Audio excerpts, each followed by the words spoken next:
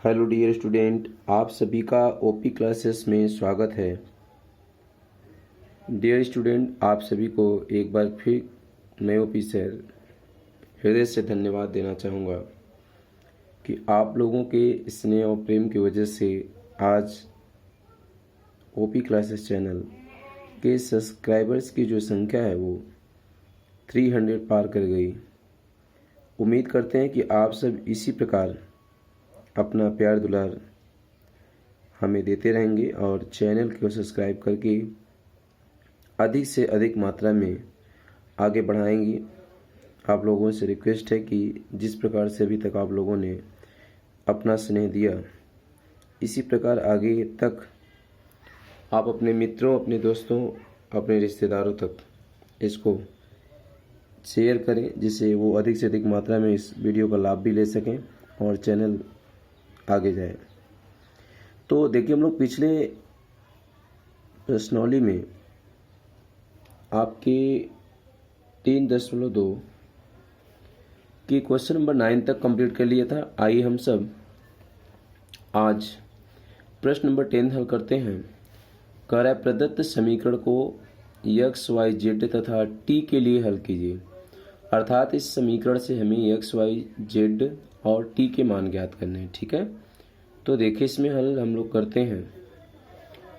आपको पहले हमने बताया था कि यदि आप व्यू में बाहर कोई संख्या है तो इसका पहले हमें अंदर के अवयवों में गुणा कर लेना चाहिए। तो यदि इसको हल करेंगे हम लोग तो ये हो जाएगा आपका 2i, इसका गुणा हो जाएगा इसमें देखिए 2z और सॉरी ये x है 2x 2i 2z और 2t हो जाएगा। इस प्रकार से ये सॉल्व हो गया। अब आप इसी प्रकार इसमें 3 से गुणा करेंगे तो 3 1 जा 3, यहाँ पर फिर करेंगे 3 1 कम 3 माइनस 3 0 3 दूना 6। आगे आप इसी प्रकार सेम यहाँ भी गुणा करेंगे तो ये हो जाएगा आपका 3 त्रिक का 9, 3 पंजे 15, 3 चौके 12 और ये हो जाएगा 3 छक्के 18। ठीक है, अब आप देखिए ये दोनों के बीच में प्लस का चिन्ह है, इसका मतलब हमें संगत अवयवों को जोड़ लेना चाहिए इस तरफ। तो 2x को 3 में जोड़ेंगे तो ये हो जाएगा 2x प्लस 3 और इसको जोड़ेंगे तो 2z माइनस 3। इसी प्रकार 2i प्लस 0 और ये हो जाएगा आपका 2t प्लस 6। बराबर का चिन्ह लगाएंगे आप, इसको उतार लेंगे 9 15 12 18। अब यहाँ हम सब जानते हैं कि यदि अवयव के जो कोटि है वो बराबर हो तो अवयवों को संगत अवयवों से तुलना किया जाता है। तो यहाँ लिखेंगे हम समान अवयव के संगत अवयवों से तुलना करने पर, संगत अवयवों से तुलना करने पर, संगत अवयवों से तुलना करने पर। ठीक है, तो संगत अवयवों से तुलना करने पर क्या मिलेगा आपको, ध्यान देंगे। इसको आप देखिए, इसके स्थान पर ये है तो यहाँ आप लिख पाएंगे 2x प्लस 3 बराबर 9। ये आपका समीकरण 1 होगा। फिर देखिए 2i प्लस 0 है तो 0 को नहीं लिखेंगे, 12 बराबर समीकरण नंबर 2। फिर देखिएगा 2z माइनस ऊपर वाला देखिएगा 3 बराबर 15 समीकरण नंबर 3 और 2t प्लस 6 बराबर 18, ये हो जाएगा समीकरण नंबर 4। अब इन्हीं चारों को हम बारी बारी क्या करें, सॉल्व कर दें। ठीक है, एकदम सिंपल तरीके से आप देखो यहाँ लिखोगे समीकरण 1 से। तो समीकरण 1 आप चाहें तो वहीं से हल करते हुए कर सकते हैं। तो समीकरण 1 जब आप लिखेंगे तो 2x प्लस 3 बराबर हो गया 9। 3 को पक्षांतर करेंगे तो ये हो जाएगा 2x बराबर 9 माइनस 3। तो ये x बराबर कितना हो जाएगा, इसमें से 3 को घटाएंगे 6 होगा, ये 2 बटे में जाएगा तो हम इसको भाग देंगे तो 3 आएगा, यानी x बराबर हमें यहाँ से प्राप्त हो गया है। ठीक है, यही चीज़ समीकरण 2 में आएंगे। तो समीकरण 2 से देखिए 2 में क्या है, 2i बराबर 12 है। तो 2i बराबर 12 है तो i बराबर क्या हो जाएगा 12 के बटे 2 2 का भाग दे देंगे तो हमें मिलेगा 6। और इसी प्रकार हम समीकरण नंबर 3 से आएंगे। तो समीकरण 3 क्या है? 2z - 3 बराबर 15। 3 को पक्षांतर करेंगे, 3 को पक्षांतर करेंगे तो हो जाएगा 2z बराबर 15, माइनस है तो ये प्लस हो जाएगा। और z बराबर 15 3 18/2 और z बराबर हो जाएगा 9 दूना 18। यहाँ से हमें z का मान देखिए प्राप्त हो पाया ये। इसी प्रकार आप समीकरण नंबर 4 से देख लेंगे। समीकरण 4 क्या कह रहा है? 2t प्लस 6 बराबर 18। 6 को पक्षांतर करेंगे, 2t बराबर 18 माइनस 6 तो t बराबर हो जाएगा 12/2। तो t इक्वल टू 2 6 12। यहाँ से आपको t का मान प्राप्त हुआ। अब आप देख सकते हैं कि यहाँ आपको सभी मान मिल चुके हैं। यहाँ से y बराबर निकाला गया, x बराबर 3 आया, z बराबर 9 आया और t बराबर 6 आया। ठीक है, आइए क्वेश्चन नंबर 11 देखते हैं। तो देखिए क्वेश्चन नंबर 11 है, x अवयव में कोटि जो अवयव दिया 2 3 प्लस y माइनस 1 1 बराबर 10 5 है। तो एक्स वाई के मान ज्ञात करिए। तो एक्स वाई के मान ज्ञात करेंगे तो यहाँ हम लोग हल करेंगे। पहले इसका अवयव में गुणा कर दें। तो अवयव में गुणा करने पर क्या मिलेगा? 2x और 3x ये हो जाएगा। इसी प्रकार आप y का गुणा करेंगे, माइनस वाई और ये हो जाएगा प्लस वाई बराबर 10 और ये 5। ठीक, यहाँ पर प्लस है तो अगर आप संगत अवयवों में जोड़ेंगे इसको तो ये मिलेगा आपको 2x माइनस वाई और ये हो जाएगा 3x प्लस वाई, ये a का b हो जाएगा बराबर 10 और 5। यहाँ हम वही चीज़ लिखेंगे कि संगत या समान अवयव के संगत अवयवों से तुलना करने पर। तो तुलना करने पर आपको क्या मिल रहा है लिख नहीं रहे, आप लिख लेंगे। तो तुलना करने पर क्या होगा? 2x माइनस वाई बराबर 10 समीकरण नंबर 1 हो जाएगा और फिर 3x प्लस वाई बराबर 5 ये आपका समीकरण नंबर 2 प्राप्त हुआ। अब हमें समीकरण 1 और 2 आप सब प्रतिस्थापन विलोपन विधि पढ़े होंगे। यहाँ हम देख रहे हैं कि y के गुणांक समान है तो हम विलोपन विधि का यूज कर रहे हैं। यहाँ लिखेंगे समीकरण 2 प्लस 1 से, अर्थात 1 और 2 को जोड़ने पर, ऐसा समझिए क्योंकि गुणांक यहाँ पर क्या है? विपरीत है। समान चिन्ह होता तो घटाते हैं। तो 1 और 2 को जोड़ने पर, तो 1 और 2 को जोड़ने पर या 2 और 1 को जोड़ने पर, तो 1 पहले लिखिए आप, समीकरण 1 और 2 को प्लस करने से। ठीक है, तो ये हो जाएगा 2x माइनस वाई बराबर 10, उतारते हैं इसको, 3x प्लस वाई बराबर 5। तो जोड़ेंगे हम सब, तो चिन्ह तो बदलना नहीं है क्योंकि घटाते समय चिन्ह परिवर्तित किया जाता है। तो ये माइनस से y plus minus minus cut जाएगा, 2 और 3 जोड़ेंगे तो 5x और 10 में 5 जोड़ेंगे तो 15 हो जाएगा। x इज इक्वल टू हो जाएगा 15/5। तो x बराबर क्या मिला आपको? 5 दिए 15।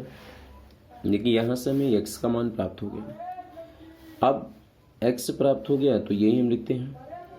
x का जो मान है वो समीकरण नंबर 1 में रखने पर, आप 1 में रखिए चाहे 2 में रखिए, दोनों से आ जाएगा। तो x का मान 1 में रखने पर रखते हैं तो 2 गुणे x का मान क्या निकला हुआ? 3 है, माइनस वाई इक्वल टू 10, 2 3 हो जाएगा 6, माइनस वाई बराबर 10 है।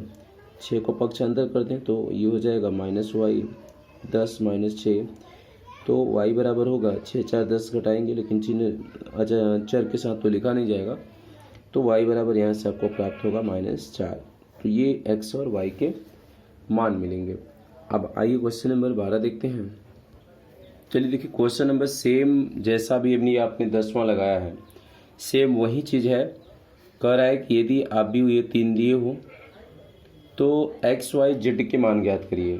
ध्यान देना है पहले, ये यहाँ जब हल करेंगे हम सब तो जो बाहर अवयवों के बाहर जो संख्या है पहले उसका गुणा करेंगे। तो देखिए इसमें गुणा 3 का हो जाएगा। तो देखिए इसमें गुणा करेंगे हम सब पहले इस 3 का मल्टीप्लाई करेंगे इसके अंदर, ठीक है ना। तो 3 का गुणा हो जाएगा तो ये हो जाएगा आपका 3x 3y और 3 का जेड में करेंगे तो ये हो जाएगा 3z 3w। इसी प्रकार आपको आगे देखना है कि अब इसमें तो गुणा करना नहीं है, इसके बीच में प्लस का चिन्ह है तो हमें जोड़ना है।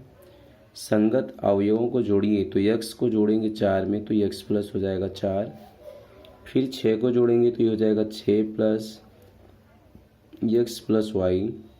देखिए ये 6 और ये जोड़ा जाएगा, -1 में जोड़ेंगे हम प्लस z प्लस w और फिर 2w को जोड़ा जाएगा 3 में। अब आप देखेंगे कि 2/2 का ये 2/2 कोटि का है और ये भी 2/2 कोटि का है, मतलब ये दोनों आव्यूह बराबर हैं। तो यहाँ हम लोग लिखते हैं समान आव्यूह के संगत अवयवों से तुलना करने पर, संगत अवयवों से तुलना करने पर, तो देखिए तुलना करने पर क्या मिलेगा। जैसे हम सब इसका इससे तुलना करें तो हमें मिल रहा है 3x बराबर x प्लस 4। इसको समीकरण 1 बना देते हैं। यहाँ देखिएगा 3y बराबर 6 प्लस x प्लस वाई, ये समीकरण नंबर 2 हो गया।